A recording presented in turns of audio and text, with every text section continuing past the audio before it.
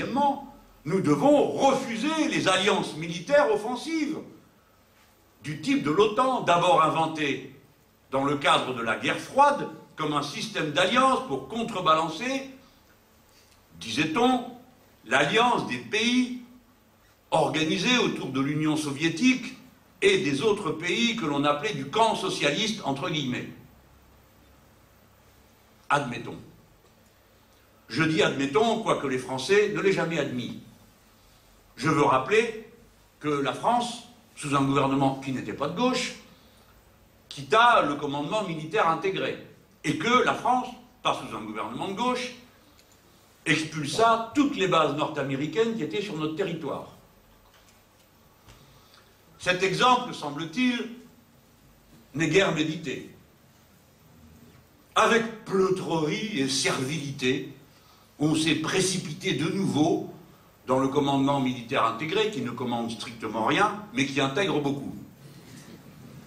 C'est-à-dire que les Nord-Américains font bien ce qu'ils veulent, le décident quand ils veulent, font une doctrine du fait qu'ils ne tiennent pas compte de ce que dit l'ONU. D'ailleurs, nous le savons tous. S'ils tenaient compte de ce que dit l'ONU, ils en feraient respecter les décisions, en particulier celles qui s'appliquent à eux, lorsque, comme c'est le cas chaque année, l'ONU, à la quasi-unanimité, vote contre l'embargo sous lequel est maintenue l'île de Cuba. L'OTAN, donc, disais-je,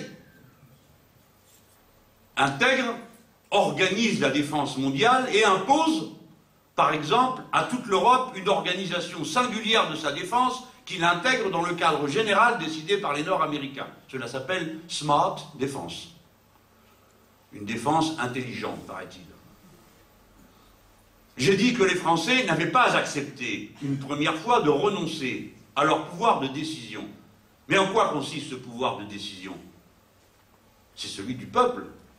La première règle républicaine, c'est la souveraineté populaire. Il n'y a pas de domaine où la souveraineté populaire ne doit pas pouvoir s'exercer. Je veux rappeler que toute la guerre de 1914-1918, qui s'est achevée par une victoire, il faut quand même le mentionner, s'est déroulée sous commandement du Parlement et de l'autorité politique. Et que chaque fois que l'autorité politique s'est dégagée en faveur des militaires, chaque fois la situation a empiré. Et il a fallu recourir à des méthodes de violence inouïes contre les troupes. Donc, nous devons rester maîtres de nos propres décisions si nous ne voulons pas être entraînés dans des conflits qui ne sont pas les nôtres et des guerres que nous désapprouvons. Car après tout, celle de 1914 a commencé par une pelée obscure entre l'Autriche et la Serbie, qui de là passa aux Russes, des Russes aux Allemands, des Allemands aux Anglais et aux Français. Il faut que le peuple puisse rester souverain dans ces sortes de circonstances. Et nous devons veiller, comprenez pourquoi vous m'entendez protester à chaque fois, à ce que le Parlement, qui représente le peuple français, assume la responsabilité des conflits dans lesquels la France est engagée et ses armées. Vous observerez que dans les deux derniers cas, ce ne fut pas le cas. Alors on peut considérer que c'est une question subsidiaire que celle de savoir si l'on autorise ou non une intervention armée au Mali. Pourquoi? Ou que c'est une question secondaire que de savoir si oui ou non on s'engage en Libye. Pourquoi? Est-ce que les conséquences de ces conflits ne sont pas générales sur tout le continent dans lequel elles ont lieu, ni sur nous les Français? Bien sûr que non, il n'y a pas de petite guerre. Toute guerre relève de la décision de la souveraineté populaire et de la souveraineté républicaine. On ne peut donc accepter plus longtemps la servilité qui nous conduit à nous mettre à la remorque des Nord-Américains, qui sont une puissance économiquement déclinante, donc belliqueuse, paranoïaque et agressive. Qui espionne la terre entière et pour quelle raison? Ce n'est pas Cuba, ni moi, c'est eux. Qui entretient des prisons privées et secrètes sur le continent européen? Eux. Qui a installé tant de milliers d'hommes de troupes, tant de navires de guerre dans la Méditerranée avec laquelle ils n'ont aucune frontière commune? Les États-Unis d'Amérique. On me dit, c'est de l'anti-américanisme primaire. Soit je ferai de l'anti-américanisme supérieur quand il y en aura. Non, je réagis comme la tradition républicaine de mon pays me commande de le faire. Les Français ne peuvent pas être d'accord pour être dirigés par qui que ce soit à qui ils n'ont pas confié cette responsabilité. C'est pourquoi je suis si malcontent du fait que le nouveau président ait eu pour premier acte international non seulement d'aller signer les ineptes communiqués du G20, après tout, mais surtout qu'il ait été signé à Chicago, au mois de mai dernier, peu de temps après son élection, le document dans lequel les Français acceptent l'installation des prétendus boucliers antimissiles que les Nord-Américains proposent d'installer sur notre continent, et qui privent les Français de la décision de leur propre défense et de leur propre protection. S'il vous fallait rêver, mes chers compatriotes, un instant, à quel système d'alliance nous conviendrait, eh bien nous pourrions en imaginer un, très facilement, celui qui réunirait tous les peuples du monde qui seraient d'accord pour partager la défense de leur souveraineté nationale et de leur démocratie. Point final. Sans aucun but, ni de conquête, ni de gendarmerie mondiale. Et nous serions à ce moment-là plus facilement portés vers nos alliés les plus naturels, que sont en particulier les pays émergents, que cet incroyable attelage qui s'appelle l'OTAN. Avez-vous réfléchi à ce point que notre plus longue frontière n'est pas avec l'Allemagne, ni avec la Belgique, elle est avec le Brésil. Nous avons plus de 800 km de frontières communes à partir de la Guyane.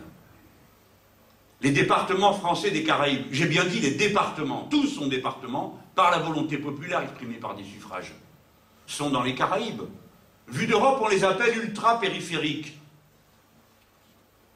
Vus d'Amérique, ils sont essentiellement centraux.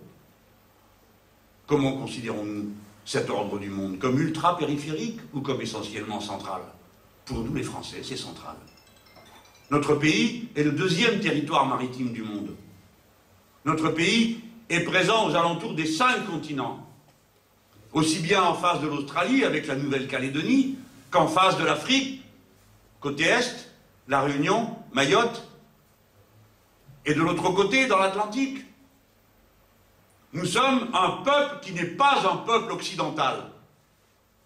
Nous ne sommes pas liés à l'Occident. L'Occident est une fumisterie idéologique qui regroupe des Occidentaux aussi peu convaincants que des Japonais et les peuples d'Europe. Nous ne sommes pas une nation occidentale, nous ne sommes pas décrits par notre religion, nous ne sommes pas décrits par notre couleur de peau, nous ne sommes même pas décrits par la langue française, puisque 19 pays l'ont en langue officielle. Nous sommes une nation politique universaliste. Notre vocation est d'être universaliste. Il n'y a pas de France possible dans ses propres frontières uniquement autrement qu'en étant une nation universaliste. Ainsi, quand le président Sarkozy avait dit que le premier danger qui pesait sur le monde était la confrontation entre l'Occident et l'islam, en lien avec la théorie stupide du choc des civilisations de Samuel Huntington, qui sert de fil conducteur à l'OTAN et au comportement des Nord-Américains, il disait une absurdité qui n'avait aucune conséquence pratique en France, autre qu'une guerre interminable entre Français. Et nous, les Français, nous devons y réfléchir avec soin. Nous sommes la grande nation politique habituée aux guerres civiles. 3 siècles de guerres civiles, ouvertes ou larvées, pour des raisons de religion, entre catholiques et protestants. Les premières persécutions de juifs en France ont eu lieu en l'an 1000, à Rouen. Nous n'avons pas eu autre chose comme choix que d'être une nation universaliste et républicaine, parce que tout le reste a été essayé. Le massacre mutuel, les conversions de force, la réduction de la France à un seul profil. Rien de tout ça n'a marché, pas davantage que ne marchera une Europe qui ne repose pas sur la volonté individuelle de chaque citoyen, vérifiant son pouvoir donné à ses députés et à son Parlement. Chaque fois qu'on essaye de faire un ensemble politique sans le consentement des peuples et de la communauté politique qui y est impliquée, on ne débouche que sur une guerre, ou civile, ou entre les nations. Ça vaut la peine de parler de tout ça à l'anniversaire de 14-18. J'ai dit, la politique du pire ne nous mène nulle part. La politique qui tourne le dos à un ordre international accepté, décrit et reconnu ne nous mène nulle part, sinon à la guerre. Repérons ce qui dans notre présent ressemble si fort au passé, avec des moyens de destruction immenses et moins plus importants qu'ils ne l'étaient à l'époque. Mais à l'époque, pour la première fois, on a fait la guerre industrielle. Pour la première fois, on s'est battu dans les airs parce qu'on a vu arriver les premiers avions de combat. Pour la première fois, on a vu arriver les chars, on a vu arriver les gaz, on a vu arriver des populations entières mobilisées pour combattre des jours et des mois durant, enfoncés dans la boue, tenant une tranchée plutôt que de céder ou de discuter de quoi que ce soit. Pendant des mois, les soldats ont essayé, à leur façon, tels qu'ils étaient, pauvres hommes, de jeter des ponts. L'histoire a retenu ces fraternisations de Noël. Mais l'histoire a retenu surtout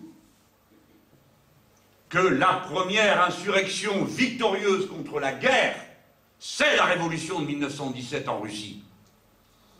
Et qu'aucun argument lié à l'histoire qui en résulta ensuite ne peut nous faire oublier que la révolution russe de 1917, c'est d'abord la réponse du peuple qui ne veut plus de la guerre. Et les Russes ont arrêté. Et à partir de là, c'est propagé d'un pays à l'autre sans qu'on sache vraiment par quel moyen, cet esprit qu'il y en avait assez de s'entretuer. Et l'on a vu les scènes de fraternisation se multiplier. Et c'est comme ça que recommence à partir de 1916, 1917, les causes qui ont conduit de 16 à 17 en Russie travaillent aussi les tranchées françaises et les tranchées allemandes. Et c'est en 1916, la fin, 1917 jusqu'à la victoire, que l'on voit réapparaître les mutineries de masse et les fusillades de masse. Et c'est le moment où l'on redonne au traître à la patrie qu'a été ensuite le maréchal Pétain, à l'époque générale, le droit de recommencer les tribunaux militaires dont on avait suspendu l'autorisation dès lors qu'il était devenu évident que c'était un prétexte à terroriser et à mater. On avait rétabli le fait que les condamnations à mort repassaient par le bureau du président de la République en vue d'éventuelles grâces. 2500 personnes ont été condamnées à mort dans les tranchées. 600 ont été fusillés. La différence, ce sont des commutations de peine. Certains ont été envoyés au bagne. D'autres ont été punis de toutes les manières possibles. Mais du moins, on ne les fusillait plus. Et lorsque la tension, l'ébullition politique recommence dans les tranchées, on recommence à fusiller des soldats, pour l'exemple. C'est ce qui m'a fait dire qu'à mes yeux, le grand Jaurès, qui résistait le premier, a été le premier assassiné, pour l'exemple. Et n'oublions pas qu'il a été assassiné par un militant d'extrême droite. N'oublions pas que si le 29 juillet, il y a une manifestation gigantesque à Paris contre la guerre, le même jour, le grand Jaurès a fait convoquer le bureau permanent de l'Internationale socialiste pour avoir la discussion. Et dans cette discussion, c'est Rosa Luxembourg qui représente le SPD allemand. Elle est si vive, elle a tellement confiance en elle, qu'elle va peut-être créer une illusion. Jaurès et les autres pensent que les Allemands n'entreront pas en guerre. Mais le débat avait lieu. J'ai dit tout à l'heure, certains disaient la guerre est une opportunité pour la révolution. Et Jaurès répond, il n'y a que la barbarie qui soit sûre. Mais il y a un deuxième débat. Quelle est notre force à nous? À nous les gens? C'est que nous sommes le grand nombre. Comment peut-on empêcher la guerre? Est-ce qu'il y a un moyen d'empêcher la guerre? Oui, il y a nous. Et c'est la réponse que fait Jaurès, avec Rosa Luxembourg et avec le délégué à l'Internationale socialiste du parti anglais. Les trois proposent au congrès de Bâle que le congrès de l'Internationale mette à l'ordre du jour la grève générale pour empêcher la guerre. Cette question est terrible à l'époque. Les états-majors de chaque armée considèrent que l'ennemi de l'intérieur est plus dangereux que l'ennemi qui est en face, parce que le premier empêche d'affronter le second. C'est la raison pour laquelle les socialistes et le mouvement révolutionnaire de l'époque, partout sont pourchassés. Et comme je vous l'ai dit tout à l'heure, qu'ils compteront parmi les premières victimes des exécutions. Le débat a lieu et une nouvelle fois, les arguments les plus spécieux sont utilisés pour qu'aucune décision ne soit prise. Au congrès de Bâle, en 1912, on décide qu'il faudra que tous les moyens soient mis en œuvre pour empêcher la guerre, on ne dit pas lequel. C'était déjà pour faire la synthèse de tous les points de vue, et maintenir l'unité, fût-ce au prix de l'ambiguïté, laquelle est toujours une préparation de la trahison.